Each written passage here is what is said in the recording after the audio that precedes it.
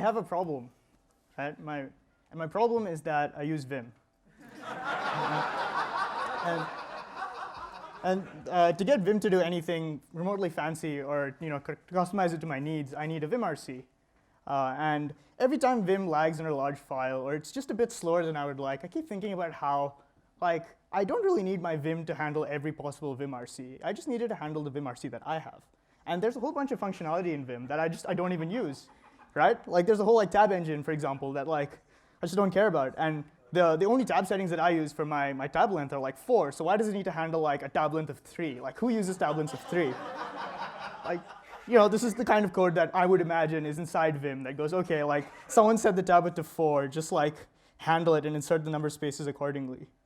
So I keep thinking about, it wouldn't it be cool if I could just take Vim and take my vimrc and jam my vimrc into my Vim and just do a whole bunch of inlining and unrolling and simple stuff and just throw away everything else that I will never use. So then at the end of this, I would have something that's both smaller because it doesn't have stuff I won't use and faster because it doesn't have stuff I wouldn't use, right? The idea of doing this in general is called partial evaluation. So favorite example of this is, so you think of a program as taking static input and dynamic input. And static input is essentially known in advance before the program starts executing. And dynamic input is only known once the program starts executing to produce some output. So a favorite example of this is anything with a configuration file. I use Vim, but Emacs is the same problem, your web servers. So wouldn't it be cool if we could actually just take the program and take the static input and just jam it in like I was describing and do simple transformations like inlining, constants, and unrolling loops. So what does that look like? So going back to that example I had earlier, if the tab width is not used anywhere else, then I can just do that, right? And that saves me a variable lookup, and it saves me allocating space that's not needed and all that other fun stuff. So that's constant inlining. And what about loop unrolling? So again, same code. If I know that I'm going to insert a space 4 times, why don't I just insert a space 4 times? It's pretty straightforward, I think. So at the end of this, I would have something that's called a residual program. So you can think of this as essentially evaporating away all the parts of the program that I don't need. So it behaves exactly the same as my original program on that static input, but it's faster.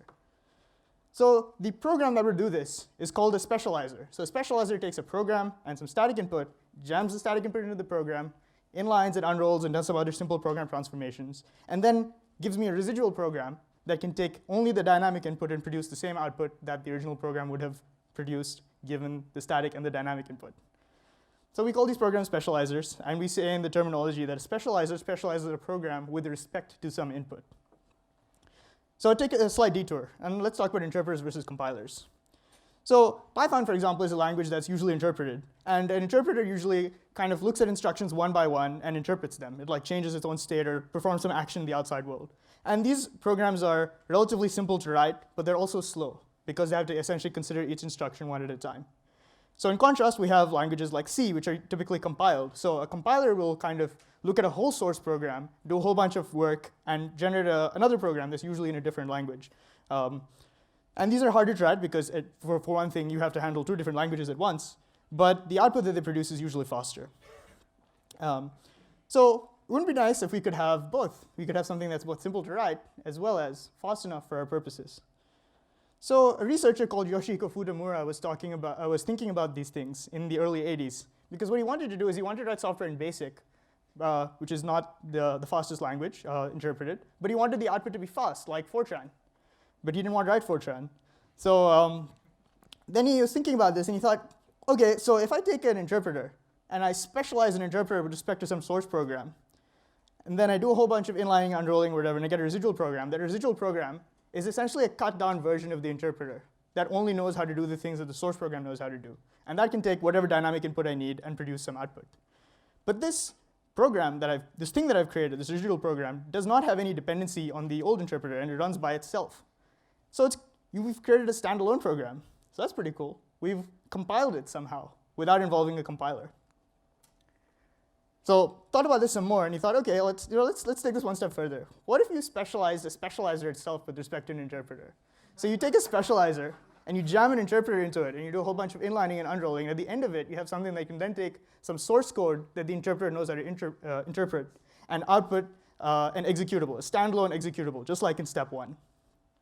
So what we've done essentially is we've made a compiler, because that's what a compiler does. It takes a program, it takes some source code for a program, and outputs a standalone executable. So say the Python interpreter is written in C, and we have a specializer that knows how to specialize C. So it takes the Python interpreter and outputs something that can then take Python source code and output a standalone executable. This is cool. Final, trippiest step. What if you specialize a specializer? So you take a specializer, you take another specializer, you jam one specializer into the other, do a whole bunch of inlining and unrolling, and then at the end of it, you have a cool program that can take any interpreter written in a language that the specializer knows how to specialize and output an equivalent compiler. So we've made a compiler. It's pretty cool, pretty cool. So why would someone want to do this? In the 80s, when Yoshiko Futamura came up with these ideas, people went ahead and were like, okay, let's write some general purpose specializers. But it turned out that they were very difficult to write. They're not easy programs to write. And also the speedups that they provided weren't really as fast as people were hoping for. So still, the idea of specialization gives us an interesting insight into the difference between an interpreter and a compiler. Because a specializer isn't either, but it sits somewhere in between. The fact that you can use a specializer to turn an interpreter into a compiler is pretty cool. Which it means it allows you, instead of writing a compiler, which is sometimes hard and error-prone and tedious to write by hand, to just write an interpreter, which is relatively straightforward, and a specializer, and then jam them together and get a compiler for free. So this is also important when it comes to correctness, because compiler bugs are pretty frustrating, and if you just didn't have to worry about that at all, that would be pretty great. And so far, I've avoided the use of the word optimization, but has what we've been doing been optimization? I would argue yes, because you have to statically analyze a program and do some loop unrolling, constant lining. And I think this is a good way of thinking about what optimization is, or a good entry point into learning about those things if you're curious. So I mentioned that in the 80s, this idea didn't really go anywhere. But in the present day, we have things like PyPy and Truffle and Growl and LVM, whose entire value proposition is that if you write your language a certain way, then you can get a just-in-time compiler for free. And what is a just-in-time compiler but the second Futamura projection? It essentially lazily, partially evaluates parts of your program and turns things that were previously interpreted into things that are now compiled. And also, it just gives you faster programs. I still would like this specialized Vim. I think it would make me very happy. So that's essentially all I have. Here's some resources. There's the original paper here. There'll be a link to my slides following shortly. The Wikipedia page is always good. There's a much longer talk, which in some ways this talk is a summary of, called The Compilers for Free, that goes into the details and gives you even a sample language to talk about. But I think that talk is either 30 minutes or 30 minutes to an hour long, so didn't really have enough time for that. There's a textbook by the people who did some interesting research into partial evaluation. We're like, hey, here's all the stuff for free. Some more resources, and then finally this really interesting talk about a fourth Futamura projection, which is going even further than the three that we've covered just now. So this is really all I want you to take away from this talk. And a friend is like, oh, so.